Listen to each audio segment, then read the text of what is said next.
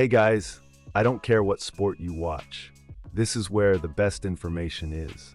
We are breaking down the tactical integration of James Harden into the Cavaliers' offensive sets and analyzing the defensive adjustments that allowed the Knicks to erase an 18-point deficit. We will also look at the biomechanical advantages utilized by Wembanyama in transition. All about showing up at Madison Square Garden. The Knicks did as well yesterday. They just waited until the fourth quarter for a massive comeback, down 18 to Houston before coming back and winning. Our ESPN NBA senior writer Vince Goodwill was there in the building at MSG. Vince, how was New York able to claw their way back to not only tie this thing late, but pull off that comeback win? Well, you said it. They were down 18 to start the fourth quarter. Yeah. The Boo Birds were out at Madison Square Garden. They're never happy, especially after what happened on Thursday night against Detroit. But it was actually Karl Towns who stepped into the huddle and said, hey, guys, this starts on defense. They got the first defensive stop, and then Jose Alvarado and OG Anunoby got going. And next thing you know, it was a 5-point game with 5 minutes left, and the Knicks wound up taking over from there. Now, it's important to note the Houston Rockets are one of the worst teams in the clutch, but the Knicks had to get them there. Karl Towns said, you know what, this actually reminds us of last year where we had all that resilience going into the Eastern Conference Finals. Hopefully for them, this is something that they can carry moving forward. Knicks have 7 straight home wins against the Rockets. It's tied for the longest in series history. 7 straight wins now, 2 events for the Cavaliers. Cleveland, they've not lost since trading for James Harden. How has the addition of Harden benefited the rest of this Cleveland lineup?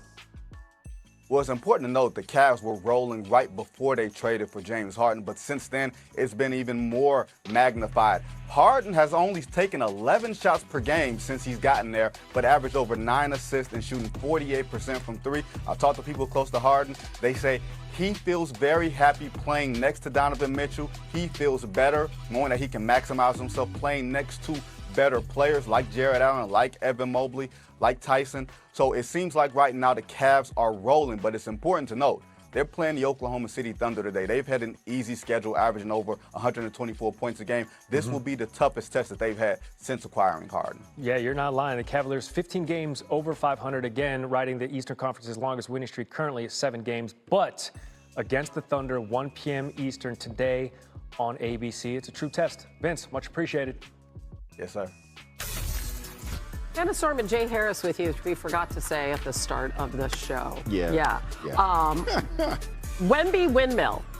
Unbelievable. Got those long arms, those long legs. What did he do now? Barely has to elevate. What did he do now? Yeah. Everything he wanted to against the Kings. Yeah, look at him. Getting to the rim for the dunk. De'Aaron Fox taking the screen, lobs it up to Wemby. I mean, come on, look at that. He's definitely on my MVP list right now. Dylan Harper to a trailing Wemby, just doing it all for the Spurs. The Kings were completely overmatched in this one. They had no answer. And then look, here you go, Jay. All right, this is the windmill. Go. Okay. He barely has to jump. I mean, I'll be in the dunk contest one day. Oh, please be in the dunk contest. Please do it. 28 points, 15 boards, 6 dimes, 4 blocks. Spurs win 139-122. Let's go a little Grizzlies and a little Heat. 2 minutes to go in the fourth. Grizz down 24. Watch Scottie Pippen Jr. knocks down a 3, gets knocked down from behind by Myron Gardner. No foul called. Pippen Jr. jogs back down the court, and he's like, yo, Gardner, boom!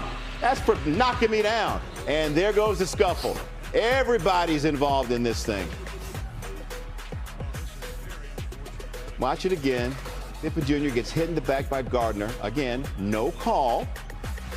And he lunges at Gardner on the other side of the court. Oh, my. Both of those guys ejected, each of their first career ejections. The Heat go on to win this one, 136 to 120. I don't think we haven't heard the last of this. We have a great Sunday slate of NBA action today. You know, for those of us who might be snowed in on the East Coast, at 1 Eastern on ABC, the Thunder hosting the Cavs, who have won 7 straight, 5 of those with Harden. OKC has won 3 of its last 4 without SGA. At 3:30 Eastern, also on ABC, Nuggets Warriors. Denver put up 157 in a win at Portland Friday. Warriors just 1-5 in their last 6 home games. Still no Steph, obviously. Later today, Celtics, Lakers. We're going classic. The C's have won 7 of their last 10 meetings against the Lakers, including a 21-point win in Boston. Back in December, we are so happy to welcome in our friend and NBA analyst Iman Shumpert with us. So, Shump, the C's 7-1 in their last 8. They're second in the East behind Detroit. We don't know if and when Jason Tatum is coming back. So let's just put that aside for now. Tell me what you're seeing with this team led by Jaylen Brown. Well, what I'm seeing from the Celtics right now is that they have an identity. See, the Celtics play up-tempo, but they also like to control pace. They do straight-line drives on closeouts, and they like to live and die with the 3. The great thing about it is they shoot great from the outside. They have Peyton Pritchard who's getting in there. He's making sure to get people involved. He's able to be a willing passer, but he's also a shot maker down the stretch.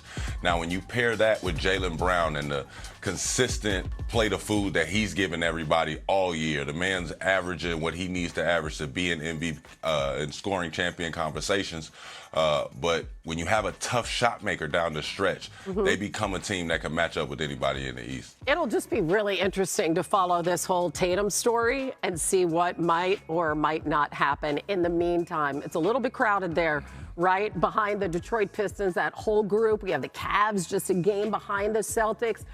When that trade went down for James Harden, you and I were on the set together on NBA Today, and initially you were like, I don't know how this is going to work out, right? With Harden and Donovan Mitchell.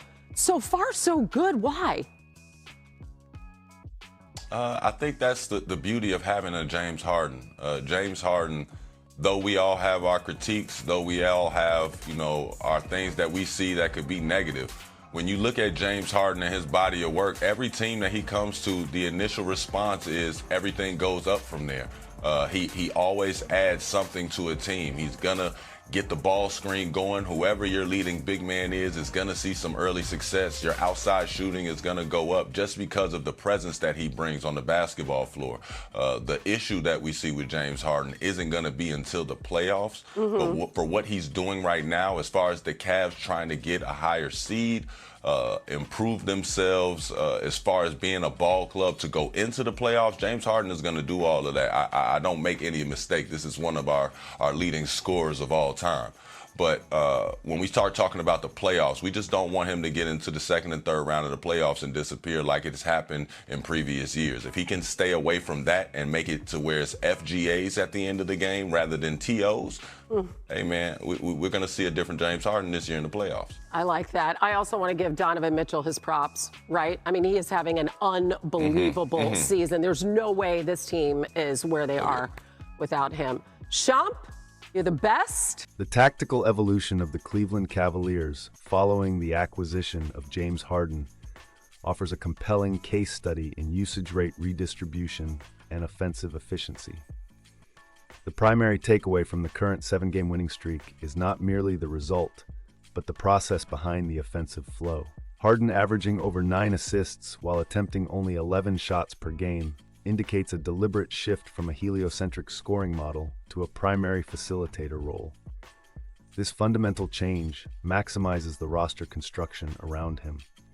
By assuming the primary ball-handling duties, Harden relieves the cognitive load on Donovan Mitchell, allowing Mitchell to operate more effectively as a secondary creator and primary scorer off the catch or against tilted defenses. Furthermore, Harden's proficiency in the spread pick and roll creates significant vertical spacing for bigs like Jarrett Allen and Evan Mobley. The defensive gravity Harden commands, even with lower shot volume, forces opponents to tag the roller or help off the corners, directly contributing to the team's elevated 48% three-point shooting efficiency during this stretch. The concern regarding playoff viability remains valid, specifically regarding pace deceleration and isolation tendencies, but the regular season formula is currently optimizing floor balance.